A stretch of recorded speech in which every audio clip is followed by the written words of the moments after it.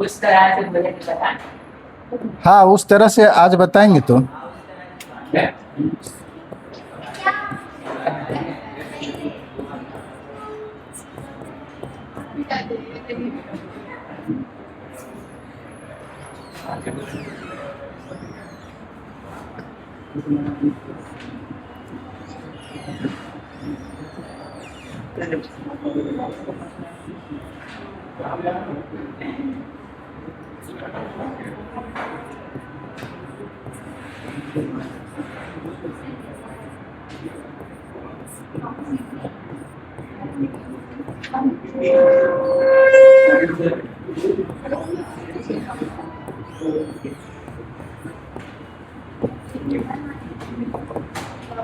इसके लिए आपको थोड़ा सा डिटर्मिनेंट पढ़ना पड़ेगा।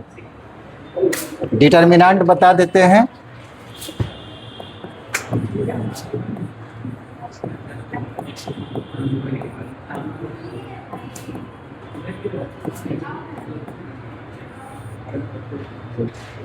ये चैप्टर जो है मैट्रिक्स के ठीक बाद स्टार्ट करेंगे। अभी हमको जो ज़रूरत है केवल उतना बता रहे हैं डिटर्मिनेंट का।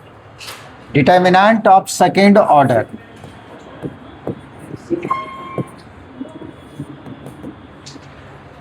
द सिंबल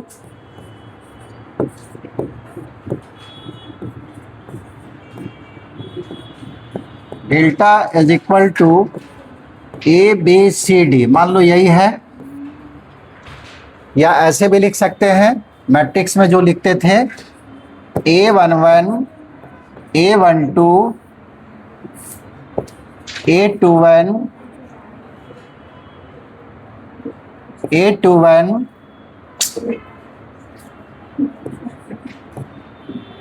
और A22। ठीक है, is called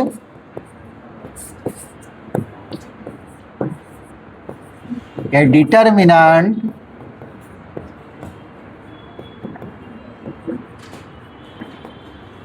off second order. Second order का कहलाएगा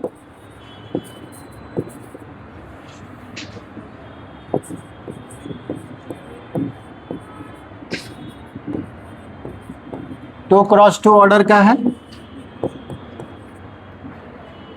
ठीक है, 2x2 का समझिए मैट्रिक्स ही है। दो खड़ी लाइन दिए हैं जिसको मॉड आप पढ़ते थे, लेकिन यहाँ डिटर्मिनेंट है। ये सेकेंड ऑर्डर का डिटर्मिनेंट कहलाएगा। एंड इज डिनोटेड बाई, या एंड इट्स वैल्यू इज, इसका वैल्यू क्या होगा? Product of diagonal element. Diagonal element को मल्टीप्लाई कर दीजिए ये दोनों को, तो A11 A22 minus product of diagonal. Of diagonal है A12 A21।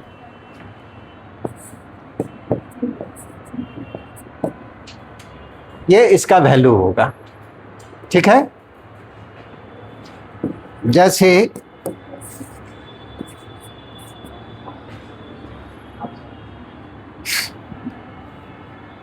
डिटर्मिनेंट ऑफ 1 2 3 4, इसका वैल्यू क्या होगा? सबसे पहले प्रिंसिपल डायगोनल के एलिमेंट को मल्टीप्लाई कीजिए और बीच में हमेशा माइनस, और उसके बाद ऑफ डायगोनल के एलिमेंट का प्रोडक्ट। यह हो गया 4 और -6 इज इक्वल टू -2। ठीक है, यह सेकेंड ऑर्डर का डिटर्मिनेंट जब पढ़ाएंगे तो उसका डेफिनेशन भी बताएंगे होता क्या है, लेकिन अभी फिलहाल थोड़ा सा हमको यूज करना है, तो इसको बताकर आगे निकल जाएंगे।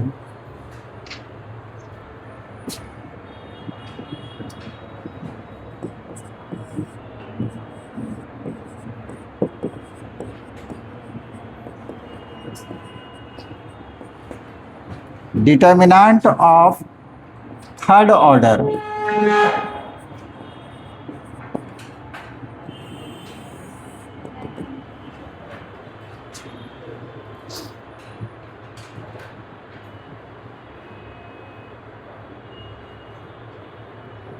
The symbol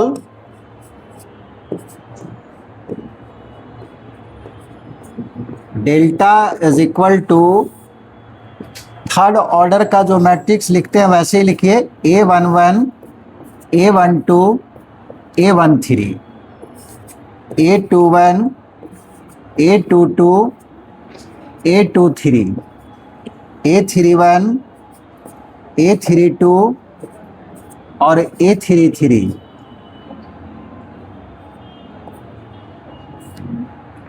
is called determinant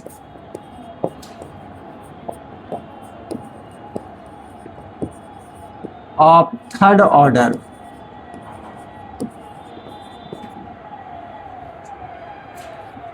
ठीक है, इसको 6 तरह से तोड़ा जा सकता है। 3 तरीका होगा रो के डायरेक्शन में और 3 तरीका होगा कॉलम के डायरेक्शन में। फिलहाल अभी एक ही तरीका से समझेंगे, डिटर्मिनेंट में आप समझ जाइएगा।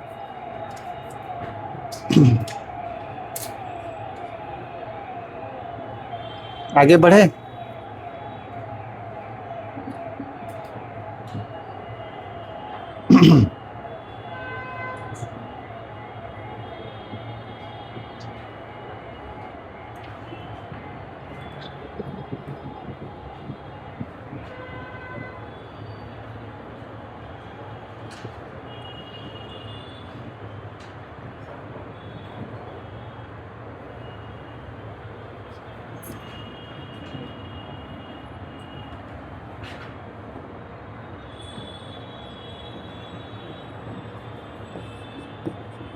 and its value is given by, मान निकालने कौन कौन जानते हैं? डिटर्मिनेंट का वैल्यू निकालने जानते हैं? जैसे मान लीजिए पहला रो के डायरेक्शन में, इस रो के डायरेक्शन में तोड़ रहे, तो पहला एलिमेंट लीजिएगा A11। सभी एलिमेंट का अपना एक साइन होता है। ये एलिमेंट कहाँ पे स्थित है? पहला रो और पहला कॉलम। तो रो का संख्या और कॉलम के संख्या को जोड़ दीजिएगा। अगर ये इवन नंबर आया साइन पॉजिटिव होगा, अगर ये ऑड नंबर आया साइन नेगेटिव होगा। तो ये आपको पहला रो और पहला कॉलम में है 1 और 1 2 इवन नंबर है, इसका साइन पॉजिटिव होगा। अब A11 जहाँ पे स्थित है उस रो को और कॉलम को छोड़ दीजिए। ठीक है, A11 पहला रो में है, पहला रो को छोड़ दिए और पहला कॉलम को छोड़ दिए। यही चारों एलिमेंट बचा है, इसको लिख दीजिएगा A22, A23, A32 और A33। उसके बाद इस एलिमेंट को लिखना है A12। अब सवाल उठता है कि इसका साइन क्या होगा? तो 2 और 1 क्या होगा? 3। ऑड नंबर अगर होगा तो साइन नेगेटिव हो जाएगा। उसके बाद A12 जहाँ पे स्थित है उस रो और कॉलम को छोड़िए। ये पहला रो में है और दूसरा कॉलम, ये दोनों को छोड़ दिए। बाकी जो 4 एलिमेंट है उसको लिखिए। तो A21, A31 और A23 और A33। उसके बाद तीसरा एलिमेंट है A13। A13 लिख दिए। साइन बताइए क्या होगा? A13 पहला रो तीसरा कॉलम, यानी कि रो का संख्या 1 कॉलम का संख्या 3, सम आ रहा है इवन नंबर, साइन पॉजिटिव होगा। तो पॉजिटिव साइन देंगे, हर एक एलिमेंट का साइन होता है अपना। उसके बाद A13 जहाँ पे स्थित है उसको छोड़िए, तो पहला रो और तीसरा कॉलम को छोड़ दिए। यही चारों एलिमेंट बचा है, इसको लिख दीजिए A21, A31, A22 और A32। इसका वैल्यू तो निकाल सकते हैं ना। सेकेंड ऑर्डर का प्रिंसिपल डायगोनल का एलिमेंट का प्रोडक्ट माइनस ऑफ डायगोनल के एलिमेंट का प्रोडक्ट।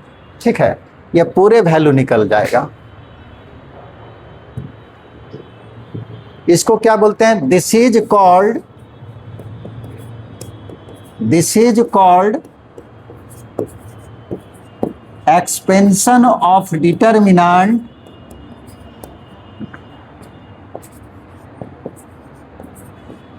एक्सपेंशन ऑफ डिटर्मिनेंट किस डायरेक्शन में एक्सपेंड किया है? फर्स्ट रो के डायरेक्शन में, along the first row, along the first row.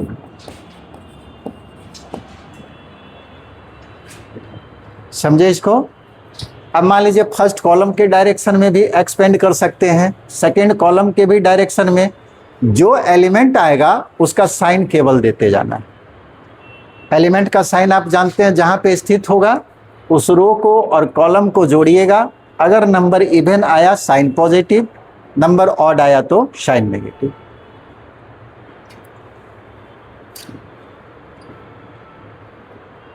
अब सीधे हम लोग चलते हैं माइनर और कोफैक्टर में।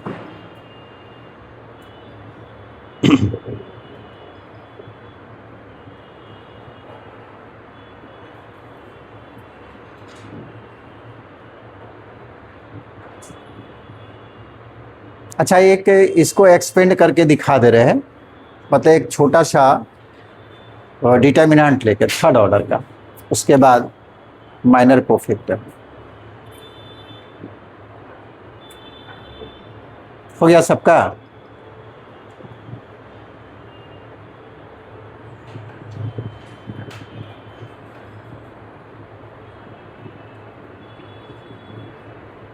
आगे बढ़े।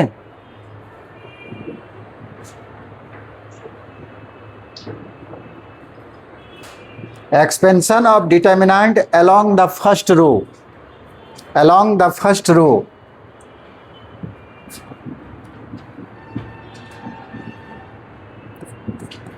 Find determinant of 1, 2, 3, 4, 5, 6, 7, 8, 9। इसका डिटर्मिनेंट चाहिए।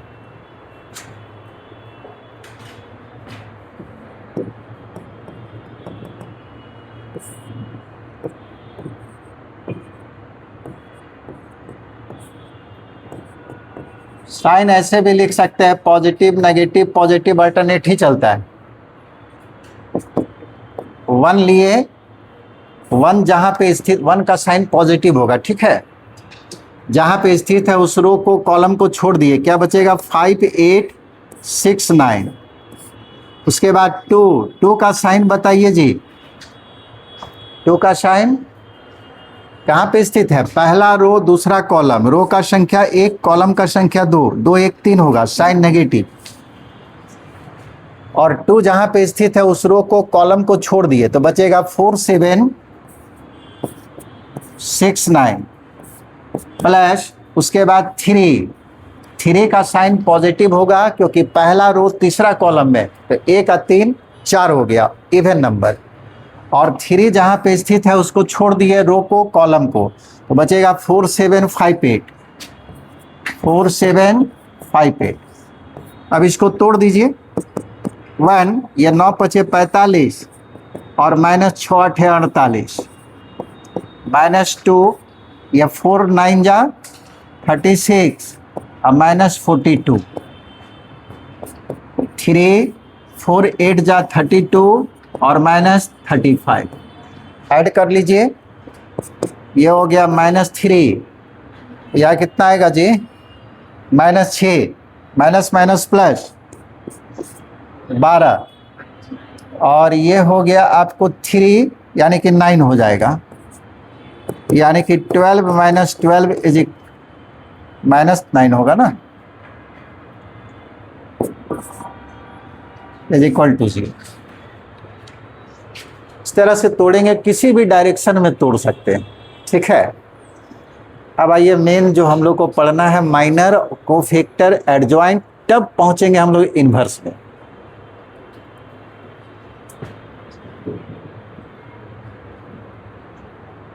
यहां से सवाल आपको दोनों बोर्ड में देगा, चाहे बिहार बोर्ड हो चाहे सीबीएसई बोर्ड हो।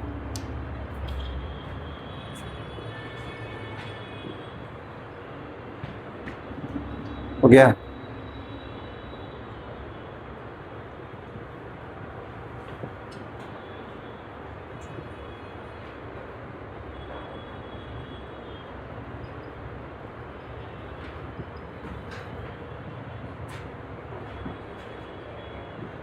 आगे बढ़ जा रहे हैं।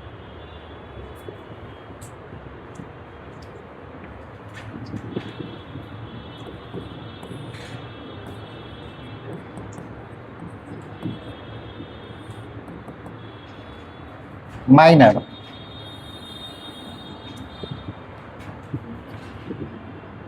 Late A is equal to Aij of order n cross n is a square matrix. Square matrix है।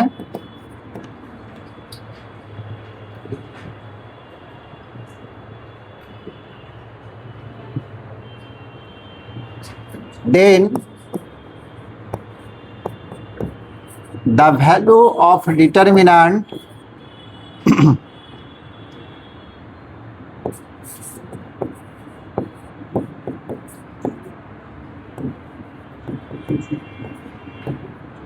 या ऐसे लिखिए जी, if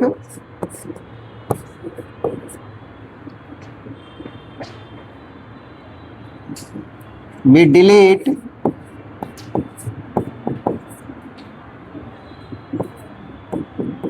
ith row and jth column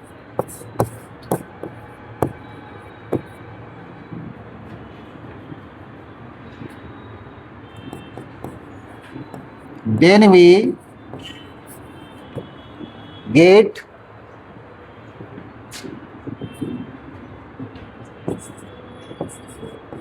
a determinant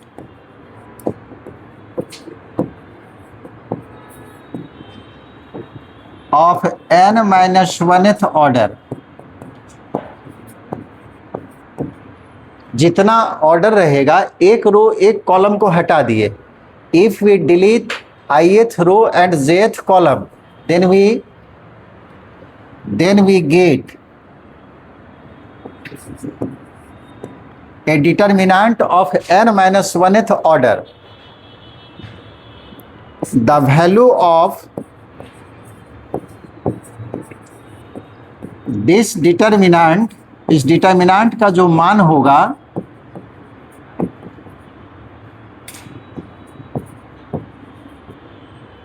is called minor of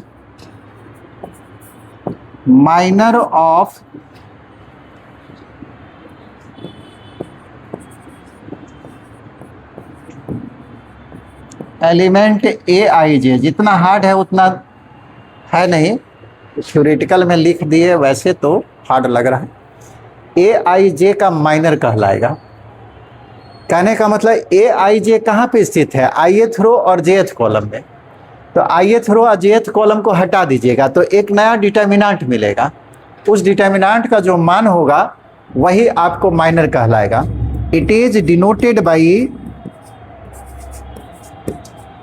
और इसको डिनोट कैसे करेंगे? Mij के द्वारा। Mij यानी कि Aij का माइनर Mij होगा। जैसे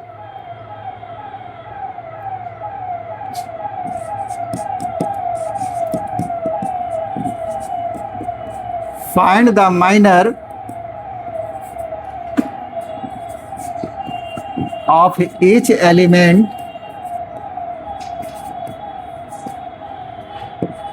ऑफ, मान लीजिए इस तरह से दे दिया 3 4 2 1 0 5 3 7 2।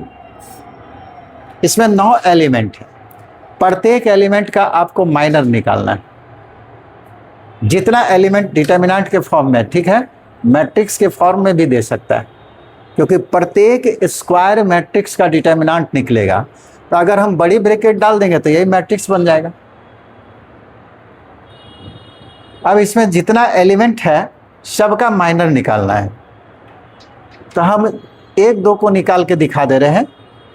यहाँ पे हम लोग माइनर किसका निकाले थे? एक मैट्रिक्स लिए थे, स्क्वायर मैट्रिक्स, और उसमें लिखे थे कि ith रो और jth कॉलम को जब हटाएंगे तो एक डिटर्मिनेंट मिलेगा जिसका ऑर्डर एक घट जाएगा n-1। पहले मैट्रिक्स था n क्रॉस n का, अब ऑर्डर हो गया n-1 ऑर्डर का, यानी कि n-1 n-1। और उस डिटर्मिनेंट का जो वैल्यू होगा वही माइनर कहलाएगा aij का। अब जैसे 3 का माइनर आपको निकालना है,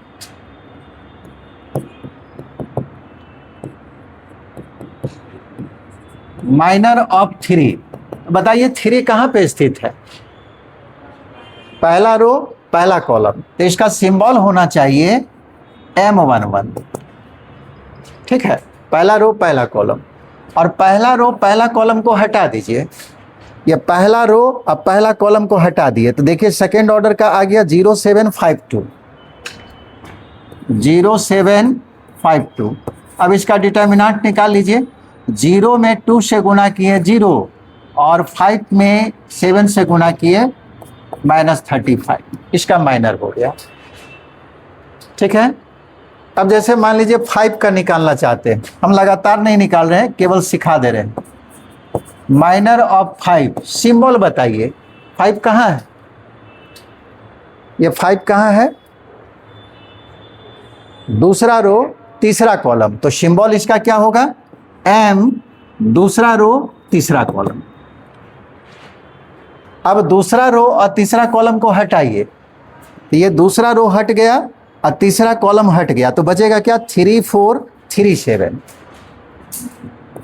3 4 3 7। देखिए वो था 3 क्रॉस 3 का, और यहाँ आया कितना? 2 क्रॉस 2 का।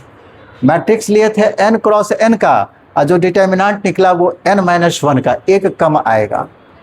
इसको मल्टीप्लाई करके निकाल लीजिए, ये हो गया 21 और -12, कितना आ जाएगा जी? 9। सारे एलिमेंट का निकल जाएगा ना अब। चलिए अब कोफैक्टर, ये क्या आ गया? नहीं,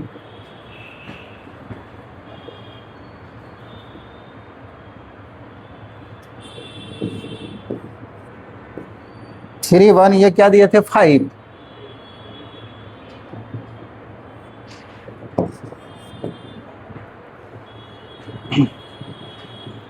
माइनर हो गया।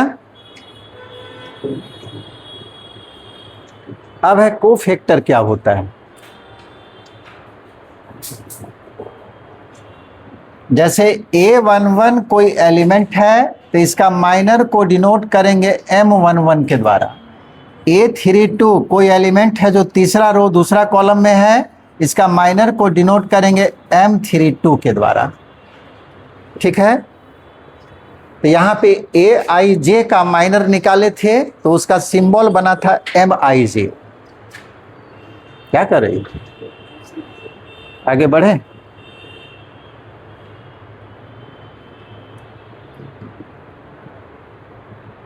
टेस्ट दिए थे, सवाल बना सब टोटल? कौन कौन पूरा बनाए? 1 2 3, तुम बना दिया सब? बगल से पूरा शक है। सब्जेक्टिव बनाए हो? सब्जेक्टिव 3 सवाल दिए थे सब्जेक्टिव, तो इसका मतलब छांट दिया होंगे। 15 सवाल ऑब्जेक्टिव था, 3 सवाल सब्जेक्टिव। आगे बढ़े। माइनर किसका निकलता है? एक डिटर्मिनेंट में जितने भी एलिमेंट होंगे सब एलिमेंट का माइनर निकलेगा। ठीक है, सारे एलिमेंट का माइनर निकलेगा, और माइनर जब अपने साइन के साथ आ जाएगा, हर एक एलिमेंट का साइन होता है, जब अपने साइन के साथ आएगा तो उसी को क्या कहते हैं? Cofactor.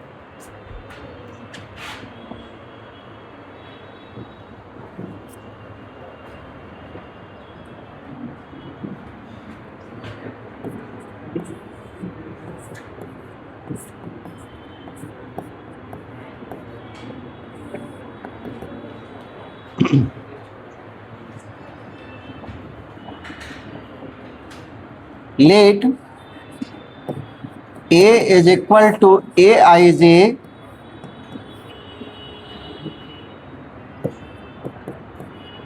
is a square matrix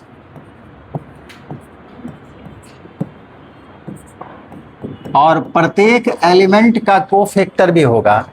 then cofactor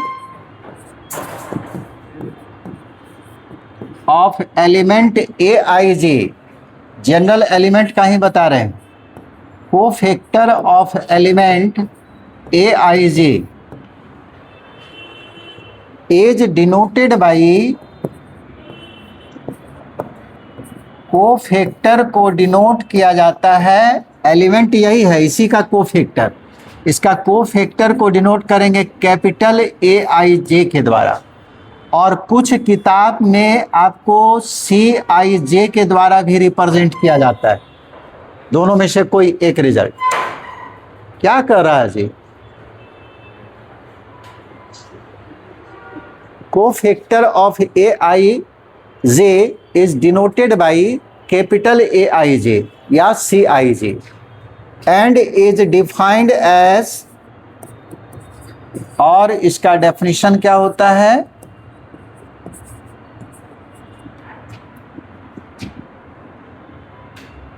ए आई जे का मतलब हो गया cofactor of A I J बराबर -1 to the power I plus J. यह साइन के लिए है। रो का संख्या कॉलम का संख्या अगर जोड़िएगा तो पावर इवन होगा, और -1 का पावर इवन यानी कि साइन पॉजिटिव, और रो का संख्या अगर 1 और जे का कॉलम का संख्या अगर ऑड नंबर आ गया जोड़ने पे तो -1 का पावर ऑड नंबर क्या हो जाएगा? नेगेटिव हो जाएगा। एम आई जे क्या है? ए आई जे का माइनर है, और ये क्या है? उसका साइन। तो माइनर जब अपने साइन के साथ आएगा तब आपको कोफैक्टर मिल जाएगा। फिर जहां पे m i J is the minor of, ये माइनर है, minor of A I j, इस एलिमेंट का माइनर है।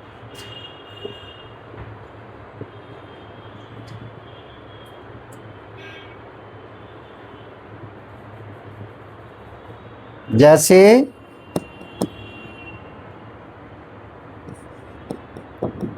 find the cofactor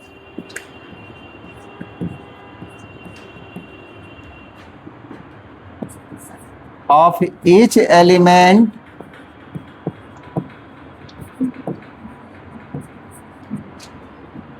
of 3, 5, 2, 1, -1, 3, 4, 2, 1। एक डिटर्मिनेंट दिया हुआ है, उसका हर एक एलिमेंट का कोफैक्टर निकलेगा। हम 1, 2 निकाल दे रहे हैं, उसके बाद जो है बाकी निकाल लीजिएगा।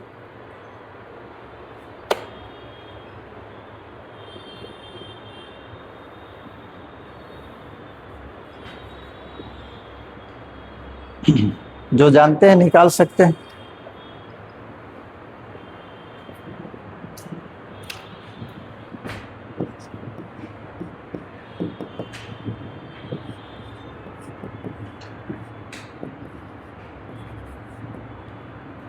कोफैक्टर ऑफ 3 सिंबल क्या होगा बताइए? कहां पे स्थित है 3? पहला रो पहला कॉलम, ये सिंबल हो जाएगा A11। पहला रो पहला कॉलम। अब पहला रो पहला कॉलम को हटाइए, तो पहला रो पहला कॉलम को हटाएंगे तो बचेगा -1, 2, 3, 1, -1, 2 और 3, 1। यहाँ पे साइन भी आपको देना है। इस एलिमेंट का साइन क्या होगा? पहला रो पहला कॉलम, रो का संख्या 1, कॉलम का संख्या 1, यानी कि सम आ गया 2, इवन नंबर, तो साइन तो पॉजिटिव होगा। पॉजिटिव है तो कुछ लिखने का जरूरत नहीं है।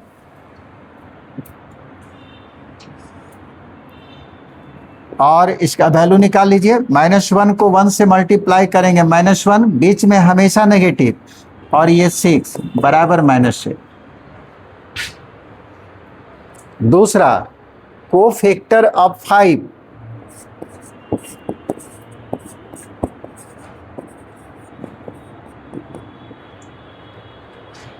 फाइव कहां पे स्थित है जी?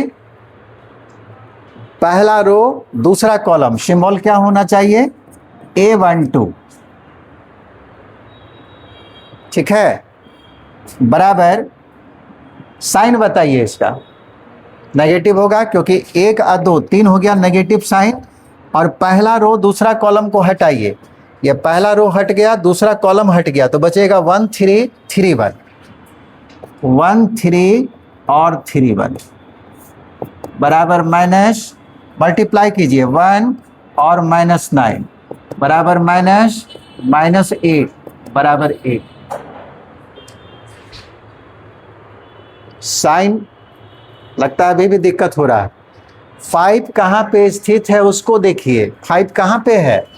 पहला रो और दूसरा कॉलम, यानी कि रो का संख्या 1, कॉलम का संख्या 2, और जोड़ेंगे तो क्या आएगा? Odd number. कितना आ रहा है उससे मतलब नहीं, ऑड आया, 1 और 2 3 ऑड नंबर है। अच्छा,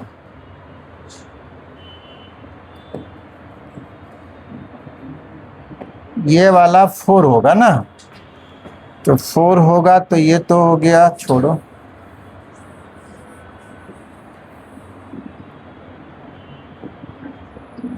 ये हो गया 1 और -12 बराबर -11 प्लस 11, ठीक है। अब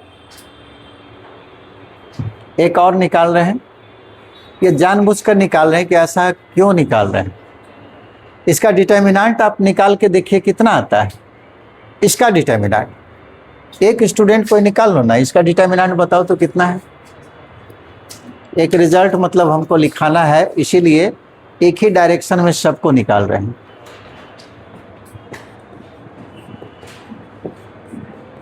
कोफैक्टर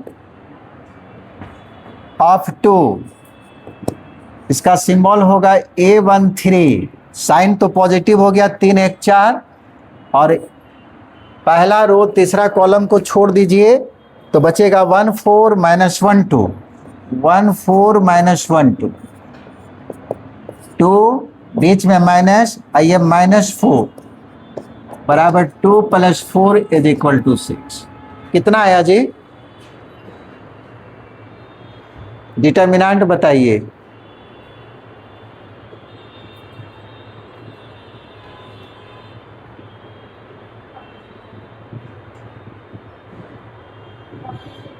फोर्टी 46 आया। और देख लो जी तुम लोग भी, नहीं तो यहाँ गलती हो जाएगा ना। 11 7 13 17 में नहीं, 46 तो नहीं आएगा। अच्छा अभी बाकी है, ठीक है। आया किसी का और 46?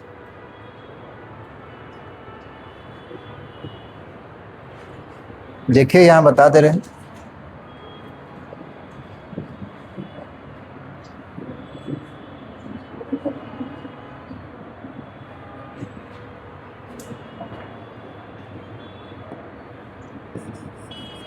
ये समझिए एक रिजल्ट बताने के लिए ऐसा लिख रहे हैं। मोर ओवर इसका डिटर्मिनेंट जो है 3 5 2 1 -1 3, बाकी एलिमेंट का नहीं निकाले हैं जी, 3 ही एलिमेंट का निकाले हैं। डिटर्मिनेंट अगर निकालते तो क्या होता? 3, उसके बाद 3 जहाँ पे स्थित है उस रो को, कॉलम को छोड़ देते तो -1 2 और 3 1, उसके बाद नेगेटिव साइन 5 जहाँ पे स्थित है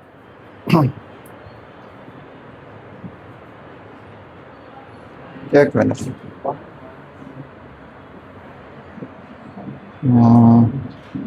पूरा दिखा दे इसको कि डायरेक्ट लिख दे, डायरेक्ट लिख दे। इसका डिटर्मिनेंट यही आना चाहिए। 3 का आपको मालूम है कोफैक्टर यही है, तो 3 × 7, यानी कि जो एलिमेंट लिए उसी के कोफैक्टर से मल्टीप्लाई किए, -7, 3 × -7 प्लस उसके बाद 5 और 5 का कोफैक्टर कितना आया 11, उसके बाद 2 और 2 का कोफैक्टर 6, गुना करके देखिए -21 प्लस 55 और प्लस 12 कितना रहा जी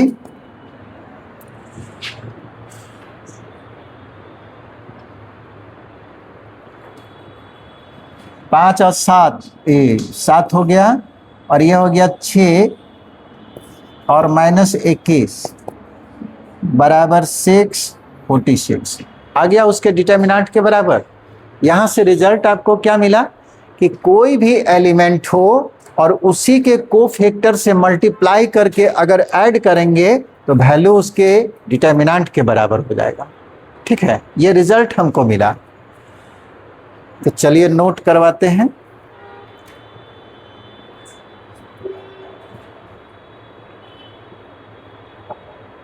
इसको लिख लिए।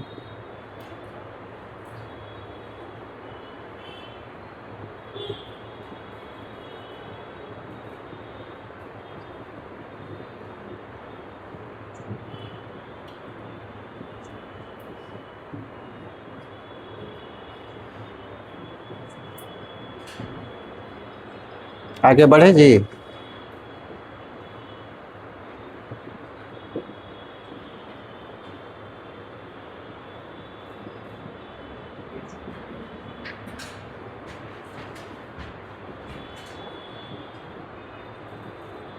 हो गया।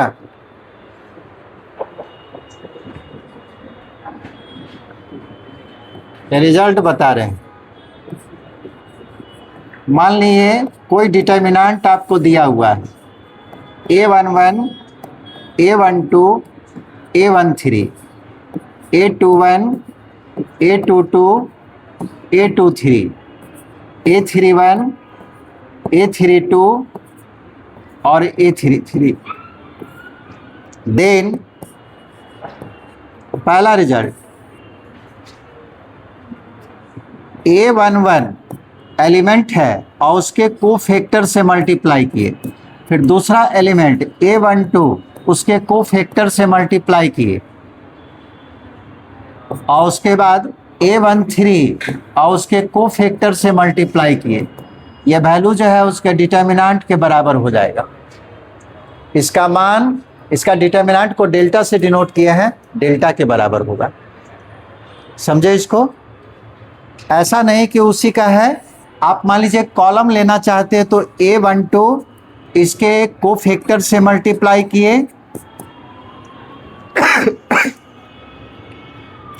उसके बाद A22 उसके कोफैक्टर से मल्टीप्लाई कर दिए, A32 और उसी के कोफैक्टर से मल्टीप्लाई किए। ये वैल्यू भी डिटर्मिनेंट के बराबर होगा। यानी कि जो एलिमेंट लिए उसी के कोफैक्टर से मल्टीप्लाई करके जोड़ना है। पूरा एक रो का सारा एलिमेंट या एक कॉलम का सारा एलिमेंट लीजिए और उसके कोफैक्टर से मल्टीप्लाई करके जोड़िए, वैल्यू डिटर्मिनेंट के बराबर होगा। लेकिन अगर मान लीजिए इस रो को हम ले रहे हैं A11, लेकिन कोफैक्टर इसका नहीं लेकर इसका ले रहे हैं, ठीक है, इसका या इसका कहीं से, मान लो इसका कोफैक्टर ले लिए A21, फिर A12 कोफैक्टर पहला रो का है, एलिमेंट पहला रो का है और कोफैक्टर दूसरा रो का A22, A13 पहला रो का एलिमेंट है और कोफैक्टर इसका लिए A23।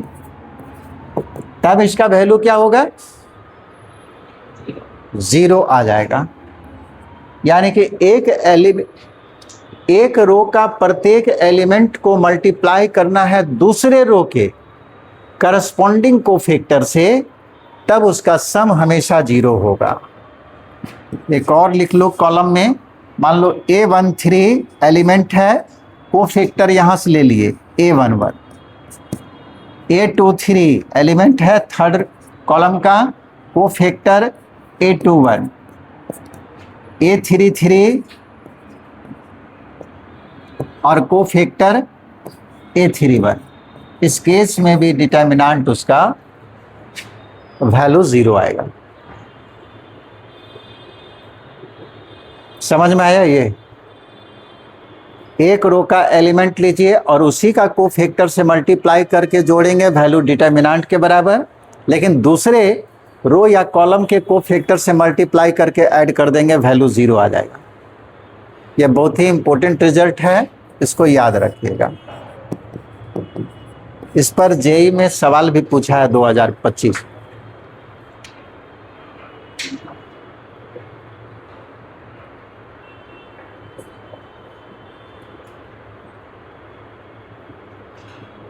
अब आइए, एडजॉइंट क्या होता है। टाइम तो आज लेट तक क्लास चलेगा, बहुत लेट से हम पहुंचे हैं, इसलिए माइंड मेकअप कर लीजिए। जाम आधा पुल के उधरे रुक गए थे, पुल पूरा आधा जाम था राजेंद्र नगर का। कभी हाँ, रोज उतने ही बजे आते हैं। नहीं तो वैसे क्लास थोड़ी होता है। अब मान लीजिए किसी कारण से कभी कभी लेट हो सकता है, तो इसका मतलब थोड़ी है क्लास।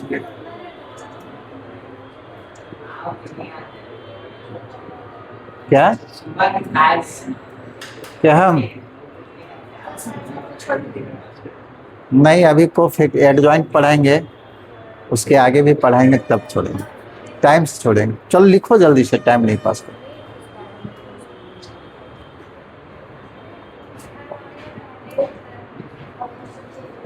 आगे बढ़े।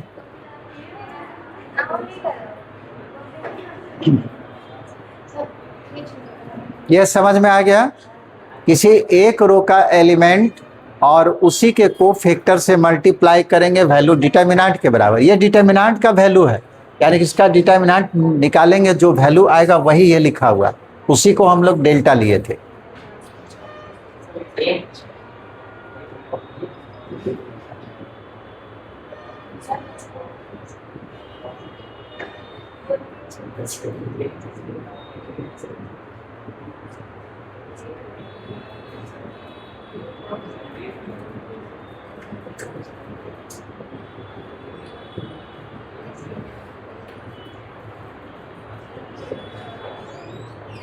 आगे बढ़े।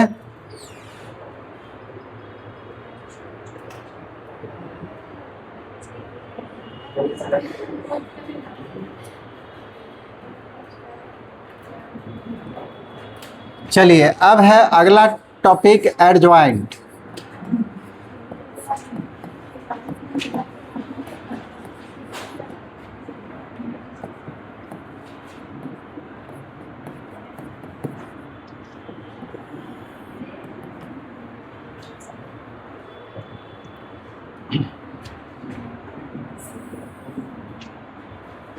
Let A is equal to Aij of order n cross n is a square matrix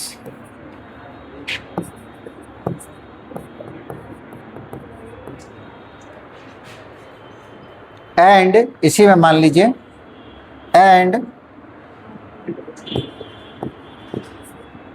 B is equal to Aij